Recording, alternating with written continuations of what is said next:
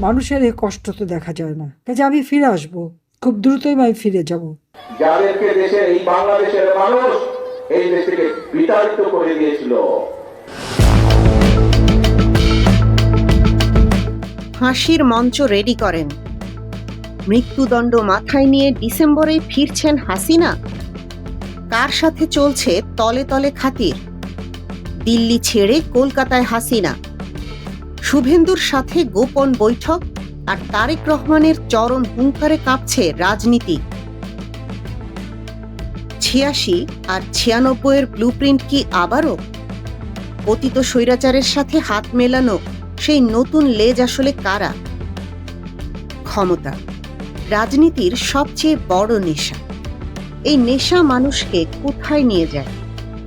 গত ৫ই আগস্ট ছাত্র জনতার রক্তস্নাত গণ অভ্যুত্থানের মুখে যে স্বৈরাচারী সরকার দেশ ছেড়ে পালিয়েছিল, আজ সেই বিতাড়িত নেত্রীর নামেই আবার সরগরম হয়ে উঠেছে বাংলাদেশের রাজনীতি।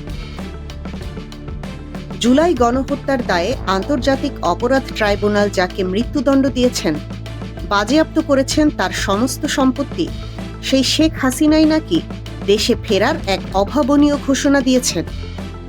শুনতে অবিশ্বাস্য মনে হচ্ছে, কিন্তু গত ২১শে মে নিষিদ্ধ ঘোষিত দল আওয়ামী লীগের ফেসবুক পেজে আপলোড হওয়া একটি অডিও বার্তা পুরো দেশের রাজনীতিতে আক্ষরিক অর্থেই ১ মেগাটন বোমার বিস্ফোরণ ঘটিয়েছে।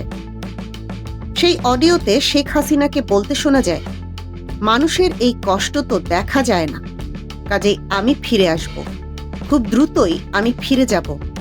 হ্যাঁ, আমাকে ফাঁসির হুকুম দেওয়া হয়েছে, ফাঁসি যে কোথায় দেবেন রেডি করেন, কোন জেলে রাখবেন সেটাও তৈরি করেন, আমি সময় হলে ঠিকই ফিরে আসব। মানুষের এই কষ্ট তো দেখা যায় না, কাজে আমি ফিরে আসব, খুব দ্রুতই আমি ফিরে যাব। হ্যাঁ, আমাকে ফাঁসির হুকুম দেওয়া হয়েছে, ফাঁসি যে কোথায় দেবেন রেডি করেন, কোন জেলে রাখবেন সেটাও তৈরি করেন, আমি সময় হলে ফিরে আসব। কি ভয়ঙ্কর এবং দুঃসাহসিক একটি বার্তা!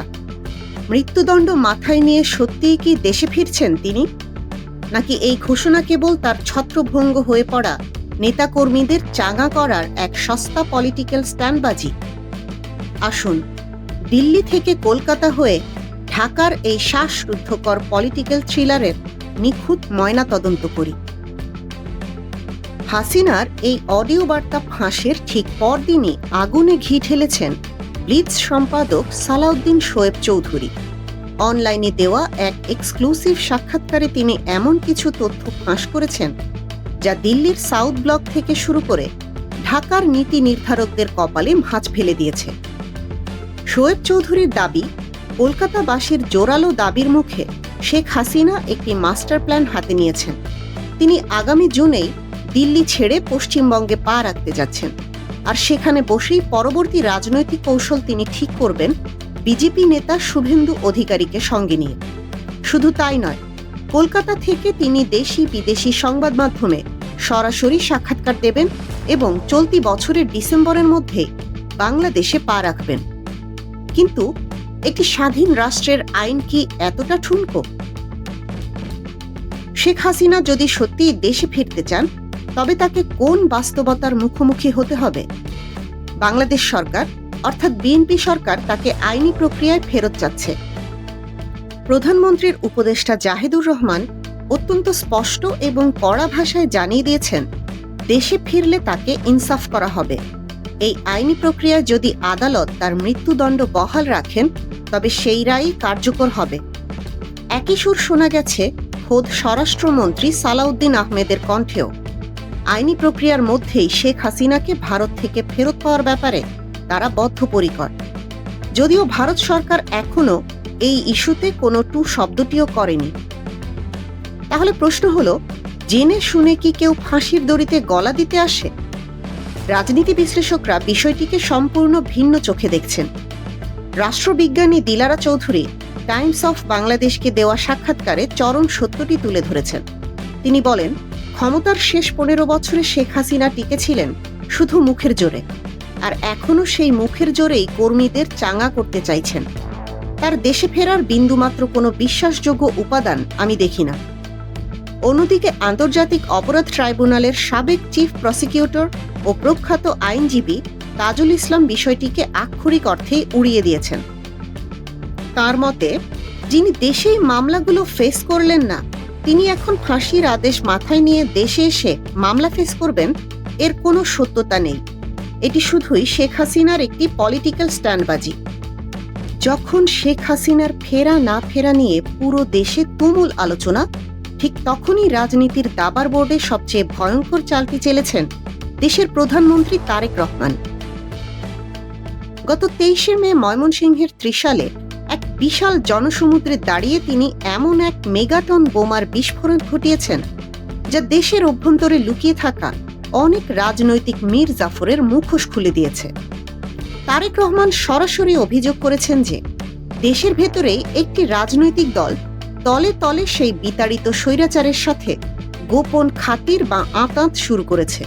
যাদেরকে দেশের এই বাংলাদেশের মানুষ এই দেশকে বিতাড়িত করে দিয়েছিল, এই এখন যারা অরাজকতা সৃষ্টি করতে চাইছে, খবর নিয়ে দেখেন ওই 5 আগস্টে যারা বিতাড়িত তাদের সাথে এরা তলে তলে আবার খাতির শুরু করেছে।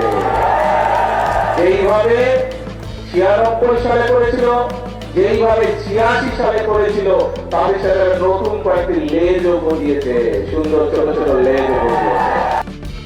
তারেক রহমানের সেই অমোঘ সতর্কবার্তাটি শুনুন। তিনি বলেছেন, আজকে আমাদেরকে সতর্ক হতে হবে।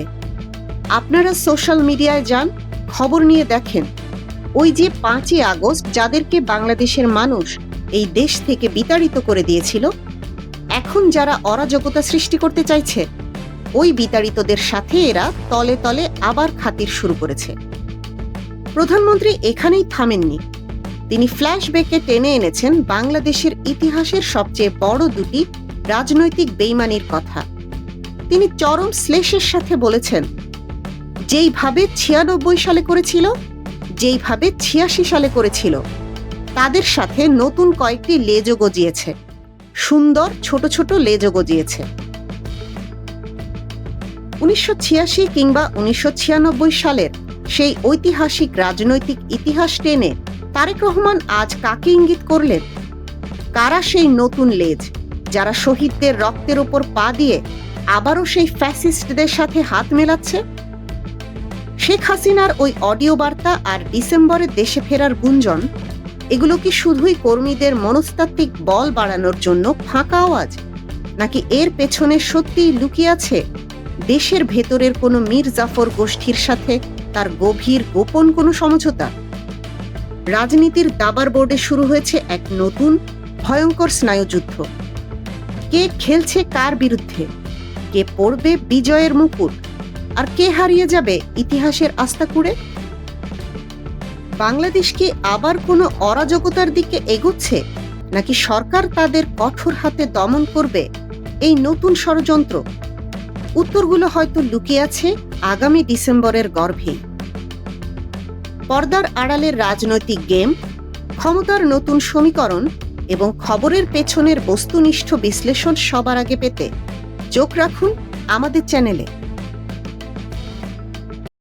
এতক্ষণ দেখছিলেন ইকো অফ বাংলাদেশ। প্রতিদিনের এমন নিউজ আপডেট পেতে সাবস্ক্রাইব করুন আমাদের চ্যানেল, সেই সাথে অন করে রাখুন বেল আইকন।